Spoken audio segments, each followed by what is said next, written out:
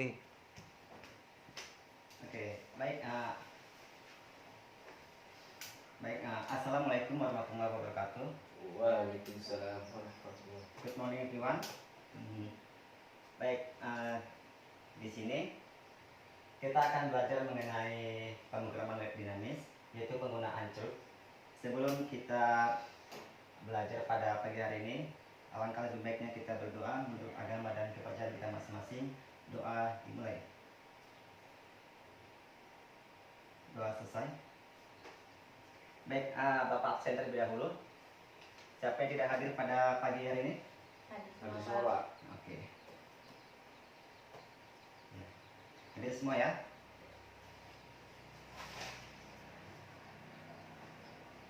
Oke, baik. Sebelum kita melakukan atau belajar pada pagi hari ini, alangkah lebih baiknya kita membaca terlebih dahulu motivasinya. Let's do it. Pendidikan adalah senjata paling mematikan di dunia, karena dengan pendidikan Anda dapat mengubah dunia. Hal ini juga dikatakan oleh Nelson Mandela pada tahun 1918 sampai dengan 2013. Baik, pada pagi hari ini Bapak akan menjelaskan mengenai penggunaan Church pada web dinamis. Tetapi sebelum Bapak melanjutkan materi ini, Bapak akan mengulang terlebih dahulu pelajaran minggu lalu, yaitu mengenai HTML atau penggunaan HTML dasar.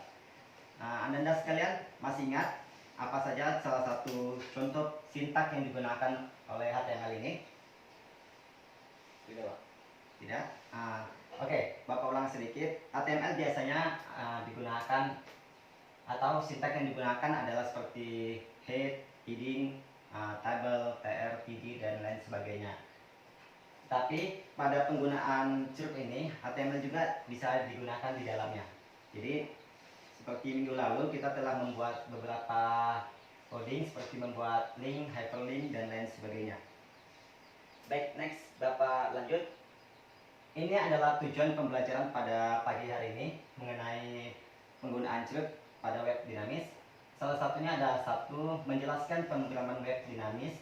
Kemudian yang kedua adalah apa sih Church itu, dan siswa itu dapat menjelaskan penggunaan Church pada web dinamis. Dan yang ketiga adalah menerapkan penggunaan Church pada web dinamis. Next, selanjutnya bisa dilihat sedikit, Bapak akan menjelaskan mengenai pemrograman web dan penggunaan Church di sini. Pemrograman web adalah diambil dari dua suku kata atau dua kata, yaitu pemrograman dan web. Pemrograman yang dalam bahasa Inggrisnya adalah programming, yang diartikan sebagai proses, cara pembuatan program yang dibuat secara logis untuk memerintahkan komputer untuk melakukan sebuah langkah atau proses tertentu untuk menyelesaikan suatu masalah. Dan kemudian, sedangkan web itu merupakan sebuah halaman atau media informasi yang dapat diakses dengan perangkat lunak browser melalui jaringan komputer atau sumber daya lainnya. Sehingga protokol-protokol ini atau sumber daya tersebut akan disampaikan melalui protokol transfer hypertext yang banyak disebut dengan WWW atau World Wide Web. Kemudian, kesimpulannya adalah pemrograman web adalah proses membuat aplikasi komputer yang dapat digunakan atau ditampilkan dengan bantuan web browser. Contohnya dari pemrograman web ini ada banyak, salah satunya yang Bapak cantumkan adalah pembuatan akun sosmed, Google Maps, dan toko jual beli online. Dan contoh lainnya dapat kita lihat di sini. Akun sosmed misalnya itu Gmail, Facebook, dan Instagram, dan lain sebagainya.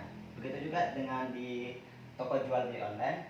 Salah satu aplikasi atau hasil dari keluaran pemrograman web adalah Lazada dan lain sebagainya. Next. Ada beberapa tahapan dalam pemrograman web. Di sini Bapak ambil ada 8, yaitu menguasai HTML seperti materi minggu lalu. Yang kedua adalah menguasai CSS. Biasanya CSS ini terpacu pada untuk menampilkan sebuah data, atau maksudnya untuk membuat tampilan itu semakin menarik atau indah. Kemudian yang ketiga adalah mempelajari PHP. Dan di sini adalah hal pokok mengenai materi pada pagi hari ini. Kemudian kita akan merancang sebuah database. Database ini digunakan untuk menyimpan sebuah data yang telah atau akan kita inputkan. Kemudian penggunaan JavaScript. JavaScript dengan PHP memiliki kesamaan. Yang membedakannya adalah codingnya atau coding yang digunakan dalam membuat suatu program. Kemudian ada library tambahan atau tools tambahan. Tools apa saja sih yang digunakan? Nah, di sini kita menggunakannya. Kemudian ada framework dan ada web browser. Salah satu di framework ini adalah kita menggunakan CI atau Code Igniter dan Relapper, dan menggunakan framework lainnya. Dan ada sini ada web browser yang digunakan untuk menampilkan sebuah data. Contoh dari web browser ini adalah Mozilla Firefox, Google Chrome, dan lain sebagainya. Next, selanjutnya adalah dengan adanya pemrograman web, kita dapat melakukan seperti create atau membuat interaction atau interaksi, connected atau yang berhubungan dengan basis data atau database. Kemudian ada freedom atau yang artinya disebut dengan bebas platform, dan akses atau memiliki hak akses. Ini merupakan hal yang paling sederhana dengan pemrograman web ini. Kemudian, baik, jenis-jenis web berdasarkan teknologi. Berdasarkan teknologi itu ada dua. Ada yang tahu apa saja? Tidak ada? Baik, oke. Bapak jelaskan sedikit. Jenis-jenis web berdasarkan teknologi itu ada dua, yaitu ada web statis dan web dinamis. Dan kita akan melakukan atau mengetahui apa sih perbedaan antara web dinamis dengan web statis. Baik, sedikit Bapak jelaskan. Web statis adalah penggunanya tidak dapat mengubah website secara langsung melalui browser. Jadi web statis ini dapat diubah secara manual saja. Dan web statis ini hanya untuk menampilkan data tanpa bisa mengupdate-nya. Kemudian di sini ada web dinamis. Web dinamis adalah situs web yang kontennya dapat diperbaharui secara langsung atau secara terus-menerus dan kontinu. Salah satu dari web dinamis ini adalah penggunaan ceruk di dalamnya. So, apa sih perbedaan dan persamaan antara keduanya? Persamaannya adalah sama-sama menampilkan informasi di sebuah website atau menampilkan informasi di web browser. Itulah persamaan antara web statis dengan web dinamis. Kemudian perbedaannya dapat dilihat di sini adalah berdasarkan program atau penggunaan bahasa pemrogramannya. HTML, maksudnya web statis biasanya menggunakan HTML saja, sedangkan web dinamis dia menggunakan JavaScript, PHP, CSS, dan pemrograman lainnya. Baik, di sini ada perbedaan antara web statis dan dinamis. Ada yang tahu? Berdasarkan ilustrasi gambar di samping, ada yang bisa tahu menjelaskan? Tidak, Pak. Oke, baik. Bapak jelaskan sedikit perbedaan antara web statis dengan web dinamis. Sekilas kita lihat perbedaannya hanya terdapat di database. Lihat. Nah, pada web statis, web ini tidak memiliki sebuah database atau tempat untuk menyimpan data atau juga menampung data. Sedangkan di web dinamis, web ini menyimpan data di sebuah database, kemudian ditampilkan di web browser. Nah, seperti yang kita lihat di sini, di samping sini, berdasarkan interaksi antara pengguna dan pemiliknya, perbedaan antara web statis dengan web dinamis adalah web statis, dia tidak memungkinkan terjadinya sebuah interaksi di dalamnya seperti jual beli atau interaksi ceruk di dalamnya dan lain sebagainya. Sedangkan di web dinamis terjadi interaksi melalui komentar atau yang lainnya. Kemudian berdasarkan bahasa atau script yang digunakan, HTML, web statis biasanya dia menggunakan HTML saja. Sedangkan di web dinamis dia menggunakan beberapa banyak kompleks penggunaan bahasa pemrograman, salah satunya adalah PHP, JavaScript, dan lain sebagainya. Kemudian, berdasarkan penggunaan database, web statis dia tidak memiliki database seperti gambar yang di samping, sedangkan web dinamis dia memiliki sebuah database. Kemudian, berdasarkan konten, web statis itu jarang diupdate atau tampilannya sedikit monoton, sangat monoton juga. Sedangkan di web dinamis tampilannya lebih menarik, lebih memukai, dan lebih sering diupdate di dalamnya seperti penggunaan ceruk. Baik, di sini Bapak akan menjelaskan mengenai apa sih itu web dinamis. Oke, web dinamis. Web dinamis adalah situs web yang kontennya dapat diperbaharui secara berkala dengan mudah dan datanya dapat diubah langsung melalui web browser. Kemudian ciri-ciri web dinamis ini menggunakan bahasa pemrograman, memiliki database, kontennya berasal dari pengunjung dan bisa juga dari sebuah database dan lebih sering diupdate. Sedangkan kelebihannya, web dinamis ini konten dan layarnya dapat berubah-ubah atau dapat dirubah secara kontinu atau berkelanjutan dan memakai dynamic HTML atau HTML dynamic. Kemudian kekurangan dari web dinamis ini ada beberapa mungkin, tapi di sini Bapak kasih satu. Salah satu kekurangan dari web dinamis adalah sangat kompleks sehingga sulit dalam pencarian search engine atau mesin pencarian. Baik, next. Ini adalah hal pokok di materi pada pagi hari ini. Seperti materi pada pagi hari ini kita adalah penggunaan CRUD pada web dinamis. Dan ini adalah CRUD, pengertian CRUD. Apa sih CRUD? Ada yang tahu? Dua. Ya, baik. CRUD adalah singkatan dari create, read, update, dan delete. Proses ini sangat berkaitan dengan pengambilan data atau transaksi data dari atau ke database. Kemudian hal ini menjadikan krusial atau sangat penting apabila berhubungan dengan sistem informasi perusahaan karena data yang diproses biasanya merupakan data transaksi. Kemudian CRUD ini bisa diibaratkan sebagai jalur atau koneksi yang menghubungkan antara bahasa pemrograman dengan bahasa SQL. Maksudnya adalah CRUD ini bisa menghubungkan antara dua coding, maksudnya dua pemrograman, yaitu PHP dan juga MySQL. MySQL untuk menyimpan data, PHP untuk membuat proses penyimpanan data. Baik, bagian CRUD.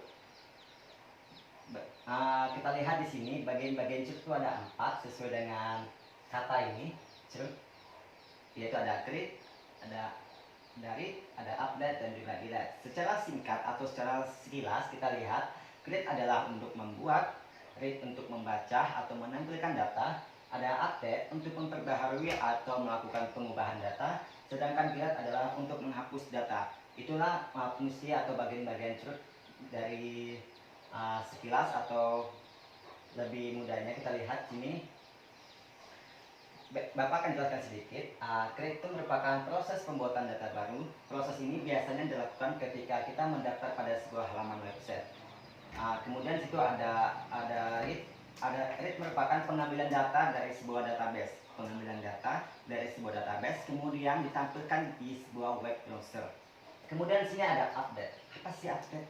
Update adalah proses mengubah data yang berasal dari database. Jadi update ini biasanya dia mengambil data di sebuah database, kemudian dia akan melakukan pengeditan atau pengubahan data di dalamnya, sehingga data awal diubah menjadi data baru, sehingga data yang ada di database merupakan data barunya. Dan kemudian ada delete. Delete adalah proses untuk menghapus sebuah data yang ada di sebuah database, sehingga ketika data dihapus, maka data yang ada di database akan hilang. Baik, penerapan penggunaan CRUD pada web dinamis. Di sini ada dua karena yang terkoneksi atau saling berhubungan itu ada dua, PHP dan MySQL. PHP, bahasa pemrograman PHP memproses berbagai fungsi untuk menjalankan operasi CRUD, dan MySQL biasanya bertugas untuk menyimpan sebuah database dari website. Kemudian PHP juga bisa menggunakan server database lain seperti PostgreSQL, ada MongoDB dan sejenisnya. Sedangkan MySQL juga biasanya tidak hanya bisa diakses menggunakan PHP saja, melainkan dia bisa diakses dengan menggunakan bahasa Python, JavaScript, dan lain sebagainya dengan maksud untuk mengakses MySQL itu sendiri. Next. Oke, ini adalah hal penting kalau untuk diperhatikan. Implementasi CRUD pada web dinamis. Implementasi, artinya ini akan kita implementasikan pada praktikum pada pagi hari ini. Sebelum kita melakukan implementasi pada CRUD di laptop masing-masing, kita akan membuat sebuah database. Database ini berguna untuk menyimpan sebuah data. Database ini nanti menampung beberapa tabel, tapi di sini Bapak hanya membuat satu tabel dengan nama tabelnya peserta 1. Dan nama databasenya adalah LSP-UNP. Untuk nama database dan nama tabel itu tergantung atau disesuaikan dengan apa yang akan kita buat sesuai dengan keadaan.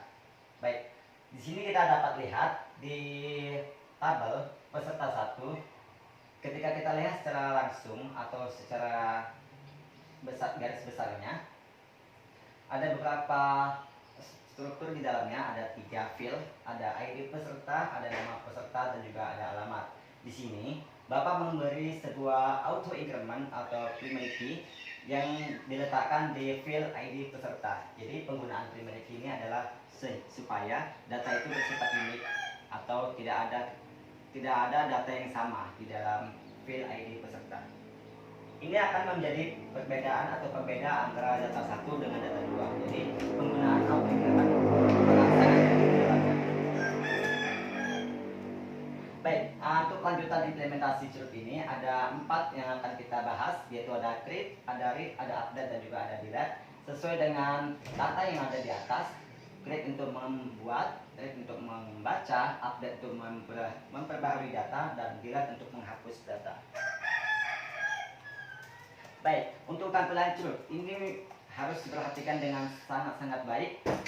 Lihat di sini, CRUD, yaitu untuk menampilkan tombol-tombol CRUD ini ada beberapa coding yang akan kita gunakan.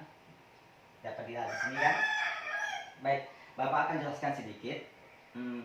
Konsep dari CRUD ini biasanya digunakan untuk mengambil data yang ada pada database, dan kita dapat melakukan penambahan data, pembacaan data, pembaharuan data, pembuatan data atau penghapusan data tanpa kita membuka sebuah data tersebut di PHP NetBeans. Kemudian coding yang akan kita gunakan dapat dilihat, yaitu ada MySQL Connect, yang artinya adalah mengkoneksikan ke sebuah MySQL dengan isinya localhost dan root. Kemudian ada MySQL Select DB atau yang berisikan LSPWNP. MySQL Select DB ini biasanya digunakan untuk menghubungkan ke sebuah database. Di sini nama database kita adalah LSPWNP. Jadi di MySQL Select DB ini harus disesuaikan dengan nama database-nya. Kemudian ada perintah variable perintah yang berisikan sebuah select bintang from peserta, yang artinya adalah data akan kita ambil di sebuah database dengan secara keseluruhan pada tabel peserta 1. Kemudian pada variable hasil dia akan melakukan MySQL query atau percobaan melakukan koneksi ke sebuah database dan melaksanakan instruksi di dalamnya pada variable perintah. Kemudian di sini kita lihat ada while. While ini merupakan sebuah perulangan atau perulangan. Selain while, kita dapat menggunakan while, ada menggunakan for, dan juga kita menggunakan for do. Tapi di sini kita menggunakan while untuk perulangannya, yang berisikan MySQL Fetch Array, yang artinya adalah data akan diambil secara numerik pada sebuah database, dan kemudian akan ditampilkan di web browser sesuai dengan datanya. Kemudian kita lihat situ ada echo. Pada PHP ini digunakan atau berfungsi untuk menampilkan sebuah data, sehingga pada data yang ada di dalam echo akan tampil secara otomatis pada web yang akan kita buat nantinya. Kemudian kita lihat di sini ada 3 tombol untuk membuat sebuah CRUD ini. Salah satunya ada update, delete, dan juga ada add. Seperti yang kita ketahui, untuk membuat CRUD ini ada beberapa file, jadi harus perhatikan dengan baik. Yang menjadi acuan atau patokan adalah di primary key-nya atau di ID-nya. Jadi primary key di sini Bapak buat adalah ada ID peserta. Jadi harus fokus di ID peserta dan penggunaan coding di sini. Oke.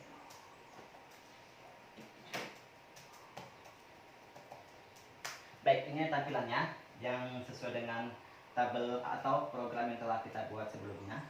Ini lihat ya, ini adalah ID peserta, ada nama peserta, ada alamat, dan ada action. Sesuai dengan tombol yang kita buat tadi ada 3. Dan ini data ini akan diambil secara otomatis di sebuah database.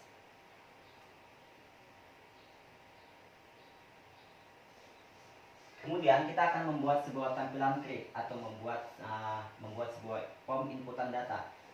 Create itu merupakan penahanan data yang dilakukan pada file peserta. Biasanya untuk create ini kita memiliki membuat 2 file, yaitu file untuk menginput data dan file berikutnya adalah untuk memproses data sehingga data itu akan masuk ke sebuah database.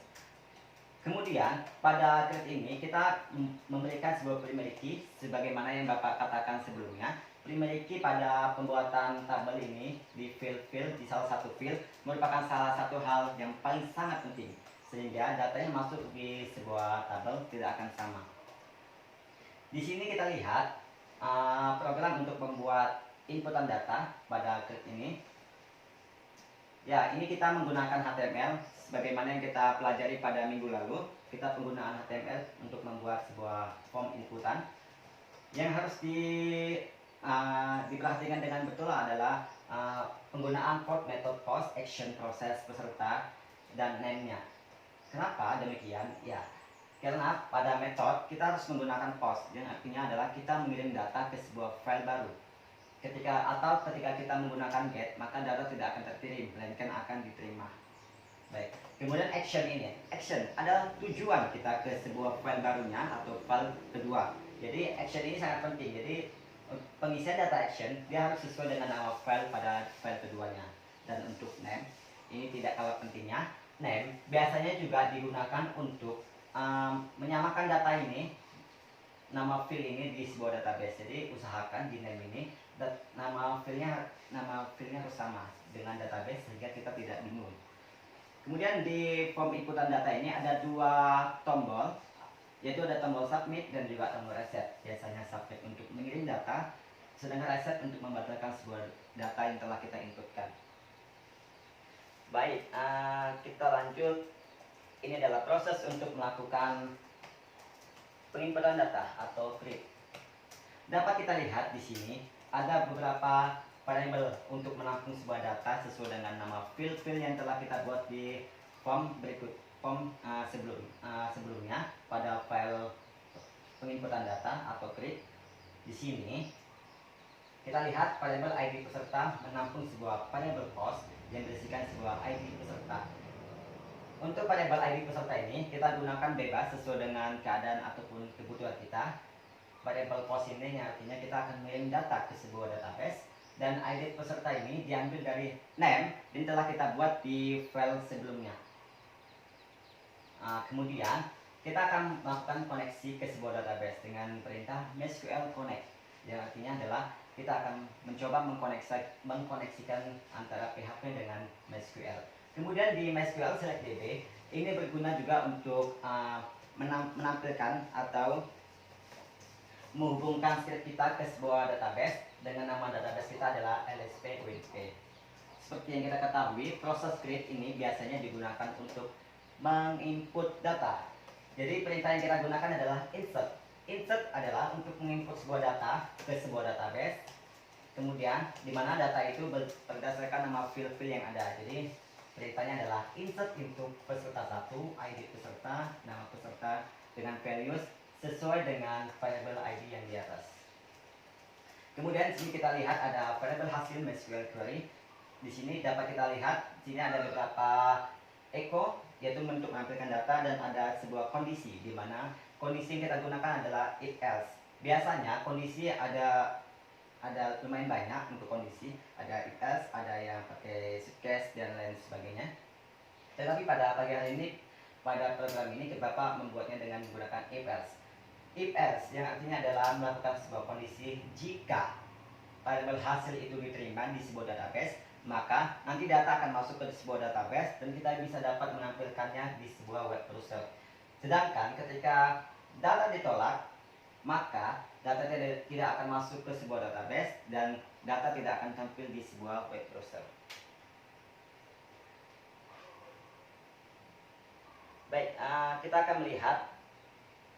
Ini adalah salah satu contoh tampilannya. Tadi sebelumnya kita buat dengan dua nama file.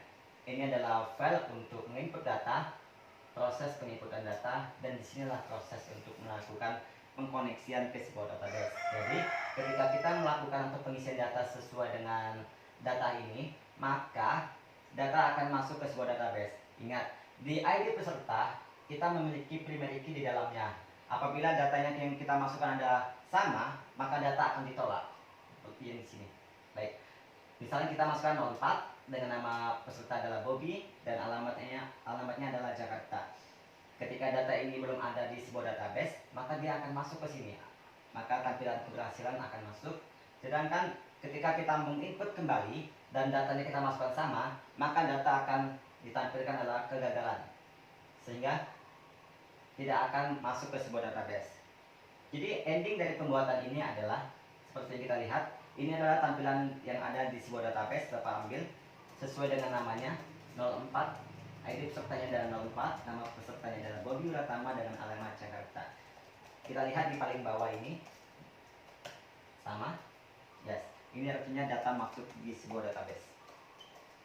Next, kemudian kita akan membuat sebuah menu read atau menampilkan sebuah data. Read ini biasanya juga untuk menampilkan sebuah data atau membaca data, namun kita tidak bisa mengupdate-nya. Kita hanya bisa menampilkan sebuah data aja. Seperti yang kita lihat di sini, codingnya lumayan banyak juga. Di sini kita menggunakan beberapa kondisi juga, if else, dan menggunakan perulangan di dalamnya, dan juga mengambil sebuah data. Di situ ada if, set, variable get, sama dengan yang berisikan sebuah cari. Di sini adalah jika set ini mengambil sebuah data yang kita inputkan pada form pencarian nanti, maka data akan diseleksi atau masuk ke sebuah variable data yang menampung MySQL query atau untuk menjalankan perintah atau instruksi ke sebuah database. Yang di dalamnya adalah select bintang from peserta where nama peserta likes variable cari. Di sini maksudnya adalah kita mengambil sebuah data, semua data yang ada di database pada tabel peserta 1, di mana nama itu kita ambil berdasarkan nama peserta. Kemudian ketika nama peserta yang kita masukkan tidak ada, maka dia akan masuk ke variable berikutnya, MySQL data dengan berisikan MySQL query select bintang from peserta 1 dan data akan berisikan kosong. Kemudian di variable no ini kita mulai perulangan dari 1. Biasanya perulangan bisa dapat dari 0, bisa dari 2, bebas. Tapi di sini kita perulangan dimulai dari 1. While variable SD MySQL fetch array variable data. Maksudnya adalah perulangan data yang dimulai dari 1. Baik, MySQL fetch array ini biasa digunakan untuk mengambil sebuah data yang ada di database, kemudian akan ditampilkan di web browser berupa sebuah numerik atau nomor. Jadi nanti kita lihat di sini. Kemudian di echo kita lihat sini ada variable no. Maksudnya adalah variable nomor plus yang artinya adalah variable nomor ini akan masuk atau akan mengulang satu persatu, 1, 2, 3 sampai dengan prosesnya berakhir. Jadi disesuaikan dengan data yang ada. Baik, selanjutnya hasil tampilannya adalah seperti berikut. Nih. Seperti yang kita lihat di depan ini, untuk menampilkan sebuah data, misalnya nih, kita ini awalnya adalah ini tampilan data, dan ketika kita untuk mencari data sesuai yang Bapak jelaskan tadi, ketika namanya sesuai atau ada di sini, maka data akan tampil. Tetapi ketika datanya kita masukkan tidak ada, maka data kosong. Misalnya nih, di sini di ID ini ada, maksudnya di tampilan ini ada 3 data, ada 01, 02, 04. Dengan nama pesertanya ada Sandria, ada Jumila, dan ada Bobby juga. Kemudian ketika Bapak inputkan nama Sandria, maka datanya akan masuk atau akan tampil di sini. Sedangkan ketika Bapak menginputkan data dengan nama Anissa, maka data kosong. Kenapa kosong? Sebab di nama peserta tidak ada namanya Anissa. Oke. Next. Tampilan update. Oke, update ini merupakan bagian 3 dari 4 yang akan Bapak jelaskan. Update, konsep yang digunakan adalah mengambil data dari database dan mengupdate-nya dengan data baru. Setelah itu, data tersebut dikirim ke file berikutnya dan data diterima kembali yang telah dikirim oleh file sebelumnya. Seperti yang kita lihat, sini ada program yang akan kita buat nantinya. Situ ada variable perintah select bintang from peserta, where ID peserta, get variable ID peserta. Di sini adalah fungsi, maksudnya adalah inilah fungsi dari primary key yang kita gunakan pada field di database tersebut. Di sini data akan diambil di sebuah database berdasarkan nama field, berdasarkan primary key-nya. Kemudian data ini akan dimasukkan di sebuah field atau kolom. Ketika kolom itu kita tekan, maka kolom itu akan berisikan sebuah data sesuai dengan data yang akan kita ambil. Kemudian di sini ada dua submit atau dua tombol, yaitu submit dan reset. Submit untuk mengirim, reset untuk mengembalikan data. Baik, untuk proses berikutnya adalah kita lihat inilah proses tampilan update. Kita ketahui update itu memiliki dua file, yaitu untuk menginput data dan memproses data. Begitu juga pada file create atau pembuatan data, dia memiliki dua file juga. Jadi untuk yang tampilan update ini kita memiliki prosesnya. Kita lihat ini, dia hampir sama dengan proses penginputan data. Perbedaannya adalah di variable perintah ini kita dapat lihat ada perintah update peserta set ID peserta, di mana dia menampung sebuah data variable ID peserta berdasarkan data yang ada di atas. Kita lihat update yang artinya adalah memperbaharui data pada tabel 1, maksudnya ada pada tabel peserta 1, dan kemudian akan menempatkan data tersebut di ID peserta sesuai dengan field yang telah ditentukan. Kemudian di mana data ini, data ID peserta sebagai acuan untuk melakukan pengupdatean data. Kemudian di sini kita lihat ada MySQL query yang artinya adalah untuk menjalankan sebuah instruksi atau koneksi ke sebuah database. Dengan instruksi ini data akan secara tidak langsung berkoneksi antara PHP dengan MySQL. Dan kita lihat itu ada perintah header yang fungsinya adalah untuk mengembalikan data ke sebuah file sesuai dengan data yang kita simpan. Di sini ada location action peserta.php. Yang artinya adalah ketika kita menggunakan proses ini, data akan masuk secara langsung ke sebuah action peserta atau file yang akan kita tuju. Baik, next ini maybe the last untuk delete. Oke, sebelum delete kita lihat ini adalah tampilan update. Kita dapat lihat di samping ini adalah tampilan update yang kita ambil, yang Bapak ambil di database. Kemudian misalnya Bapak ini mengupdate di ID peserta 01, kita tekan update, kemudian akan muncul ke sini, akan tampil ini, maka data akan ditangkap sesuai dengan data yang ada di database. Inilah fungsi tadi yang ada di field-field yang ada di database, disesuaikan dengan data yang ada di kolom-kolom program sebelumnya di inputan data. Kemudian data diambil 01 dengan nama Sandria bisa. Kemudian Bapak akan mengupdate-nya dengan nama Sandria Ananta dengan alamat Bandung. Jadi ketika Bapak mengupdate ini, maka data akan masuk ke sini. Sedangkan ketika Bapak ingin mereset atau mengembalikan data, maka data akan kosong. Sehingga ketika Bapak ingin mengubah data awal ini menjadi Sandria Ananta, maka data akan masuk ke sebuah database. Kita lihat dengan ID peserta 01, nama yang telah Bapak perbaharui tampil di sini. Baik, next. Sudah paham? Allah. Oke, next. Baik, ini jelas 4 dari 4, 4 of 4. So, focus. Delete. Konsep yang digunakan dalam delete ini adalah mengambil data yang ada di file sebelumnya sesuai dengan data yang ada di sebuah database. Kemudian, delete ini berfungsi sebagai penghapusan data sesuai dengan data yang telah dipilih. Ini maksudnya adalah kita lihat di situ ada variable ID peserta, variable get. Lagi kita menggunakan get. Mengapa kita menggunakan get? Why? Ya, sebab get adalah untuk mengambil data, sehingga ketika kita mengambil sebuah data, maka data akan terambil secara otomatis berdasarkan data yang telah kita ambil. Di sini kita mengambil data dengan isian ID peserta, jadi kita mengambil data berdasarkan ID pesertanya. So, kemudian di sini kita lihat ada MySQL Connect untuk menghubungkan ke sebuah database dan MySQL Select DB untuk menghubungkan langsung ke sebuah database-nya. MySQL Connect untuk mengkoneksikan, MySQL Select DB ini untuk menghubungkannya. Kemudian di sini kita lihat hal yang paling penting adalah variable perintah 1 yang maksudnya adalah delete from peserta 1 where ID peserta. Di sini maksudnya adalah kita menghapus delete, kita menghapus data dari tabel 1 atau dari tabel peserta 1, di mana ID peserta ini menampung sebuah data di field ID peserta. Jadi kita menghapus delete dari tabel peserta 1 berdasarkan ID peserta tadi. Ada 01, 02, 03, 04 dan selanjutnya. Dan kemudian ada MySQL query yang digunakan untuk melakukan instruksi atau melakukan hubungan.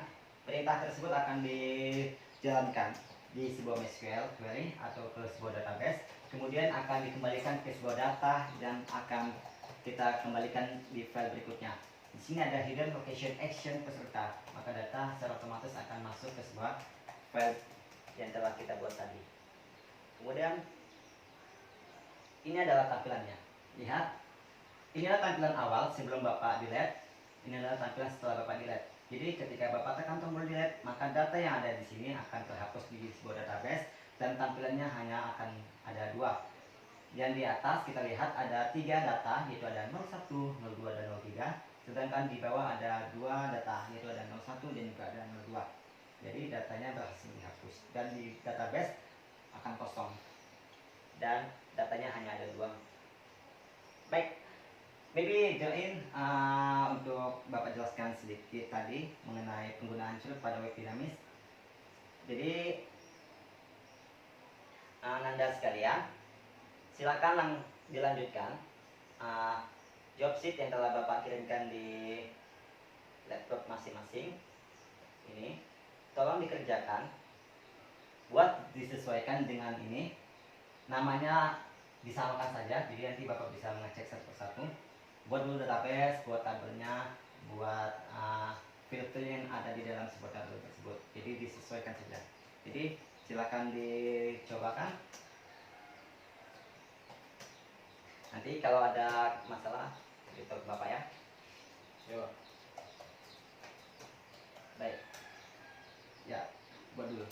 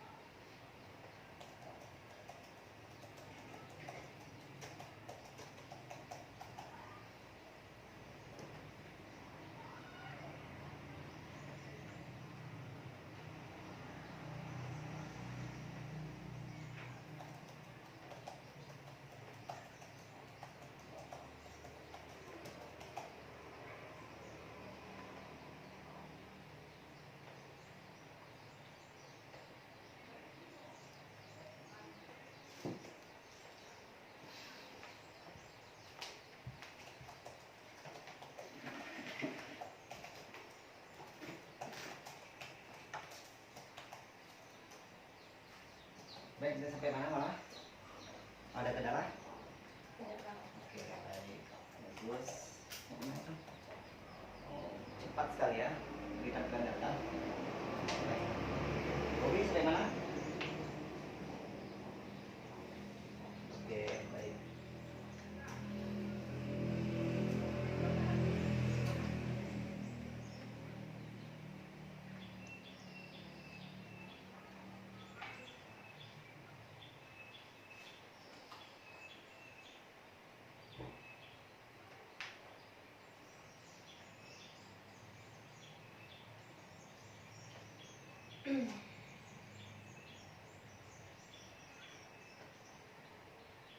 Ya, tunjukkan di dropsheetnya masing-masing ya. Lihat di laptopnya masing-masing.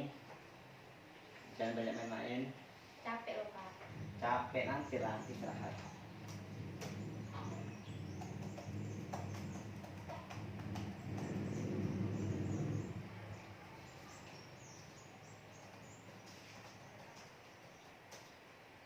Ingat ya, nanti Bapak melakukan penilaian sesuai dengan datanya.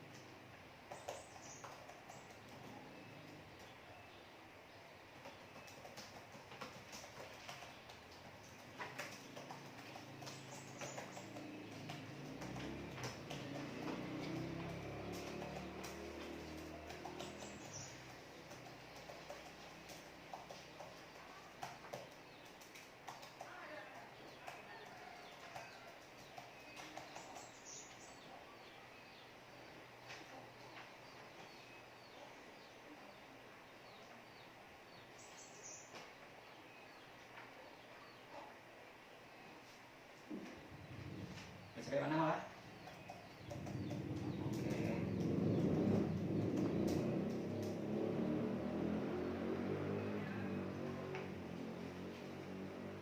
Bobby senyum Pak. Udah siap, Pak? Udah siap? Udah, Pak. Wah, cepat sekali. Coba lihat tampilannya. Nah, coba buka di web browsernya. Malah ada kendala? Tidak Pak. Oh, semangat malah. Kendalanya cuma lapar Pak. Ya, ini kita makan ya.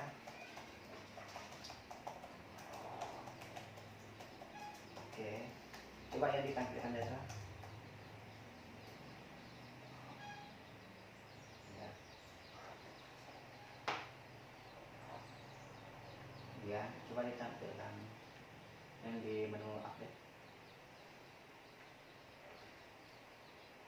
Oke.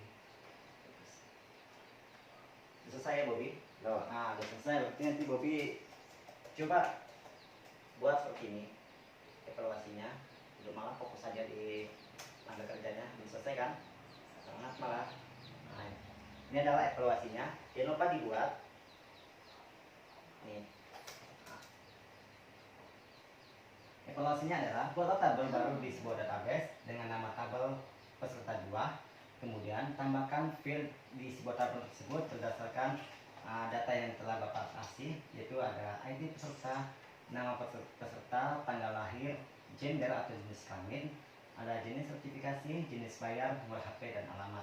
Tentukan tipe datanya pada setiap field. Kemudian gunakan dimiliki di dalamnya. Lakukan buat seperti ini. Jika nanti tidak selesai, bisa dibuat di tugas ya. Ya, Pak. Ya, pernah. Malah dari mana? Masih tanpa data. Oh, cukup Lama. slow motion ya. Selalu aja Pak. Kok slow sih?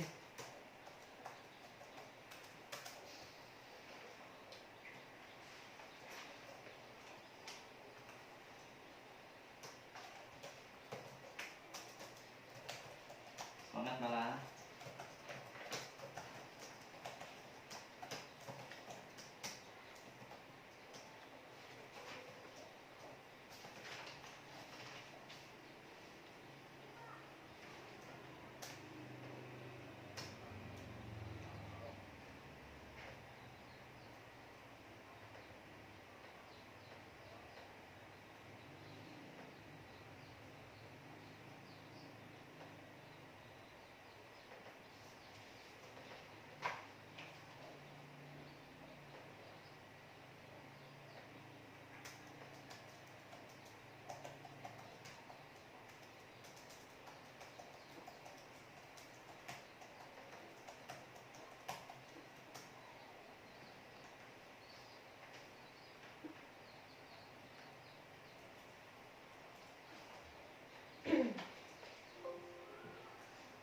Ada kendala malah?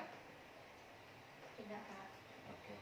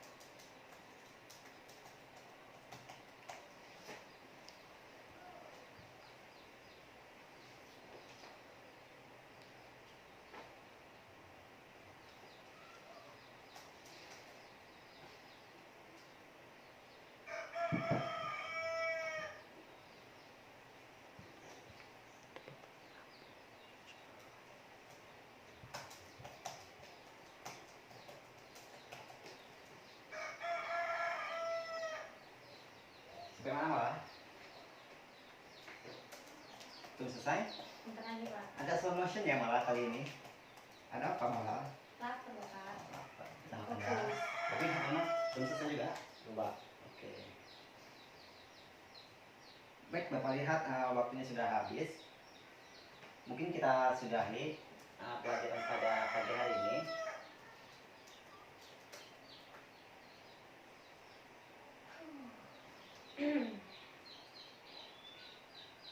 Tapi di sini ada sedikit kekurangan, mungkin ada di nilai.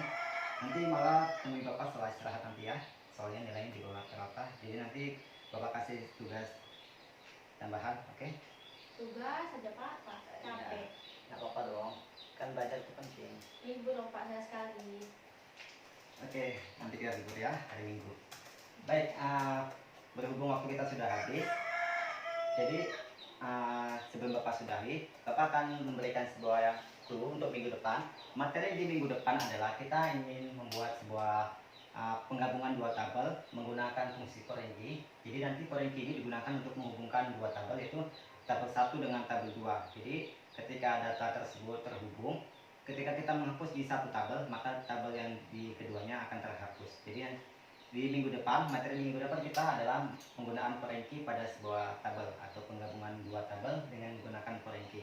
Jadi diingat, minggu depan kita masuk ke materi foreign key, tetapi kita masih tetap menggunakan truk juga di dalamnya. Tetapi penambahannya ada di foreign key di antara dua tabel. Jadi please stay at home. Tahu kan pada zaman sekarang ini atau saat ini kita telah terjebak oleh pandemi coronavirus. So nothing is impossible is nothing. So di rumah aja. Jadi tolong kita di rumah aja, bekerja di rumah aja, belajar di rumah saja, dan beribadah di rumah saja. Semoga pandemi ini kian berakhir dan segera berakhir. Dan Bapak sudahi, wabillahi taufiq wal hidayah. Wassalamualaikum warahmatullahi wabarakatuh. Waalaikumsalam.